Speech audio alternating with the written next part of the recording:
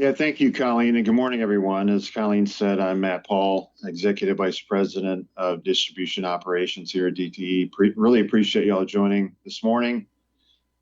As you know, a very significant ice storm moved through our service territory yesterday and caused over 2,000 wire downs, more than 460,000 customers to lose power. And what occurred, obviously, we had a substantial amount of freezing rain that created a significant amount of radial ice accumulation. And we saw ice amounts up to 3/4 of an inch throughout Southeast Michigan. And that's a level we have not seen in nearly 50 years. Some areas, as I said, saw 3/4 of an inch, and pretty widespread saw between 1/4 of an inch and 1/2 an inch. And that's extremely significant amount of ice.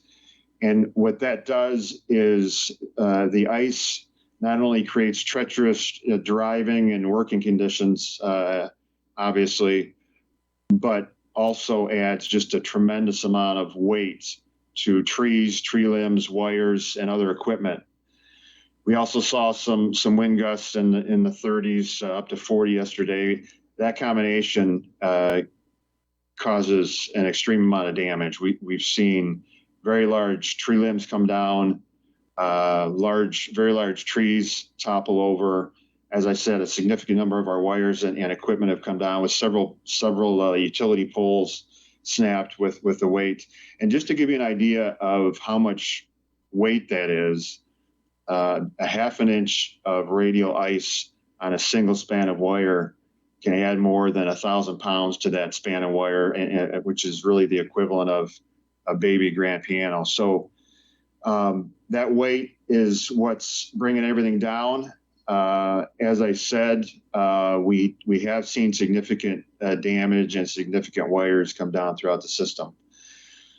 We know how frustrating and impactful it can be to be without power. But I do want to assure you and all of our customers, we're going to continue to work around the clock as quickly and as safely as we possibly can until each and every customer is restored. We saw this storm coming in. We prepared for it. We have several hundred trained individuals working public safety this morning.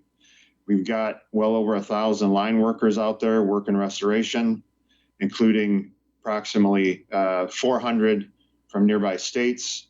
We have additional line workers coming in from other states by about noon today. Unfortunately, with a storm of this size and the extent of the damage that we're seeing in the field, it's extremely difficult to provide any kind of accurate restoration timing. We've got our damage assessors out this morning, really assessing the level of damage. And until we can get a better assessment, we're not able to provide estimates on restoration. It's going to be several hours this morning before we're able to do that. But as I said, several wires came down late yesterday and through the night. We have our trained individuals out there working public safety. But with the ice, it made conditions much slower than normal.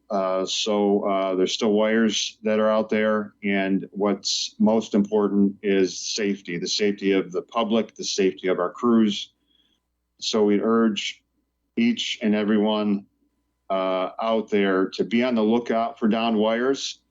If you see a downed wire or anything you think could possibly be a downed wire, stay back, stay at least 25 feet away. Also look for anything the wire may be in contact with. Don't touch fences or sheds or anything else.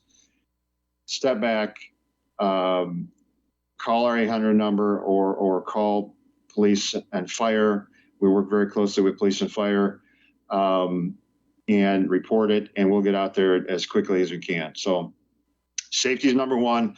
But as I said, we've got well over 1,000 people out there working. We're going to work 24/7 until everybody's back, and appreciate everything that you all are doing to keep our public informed and keep folks safe. With that, I will pause and answer any questions. Thanks, everybody. If you could raise your hand if you have a question for Matt. and then let him know your name and your outlet before you ask the question. That would be appreciated.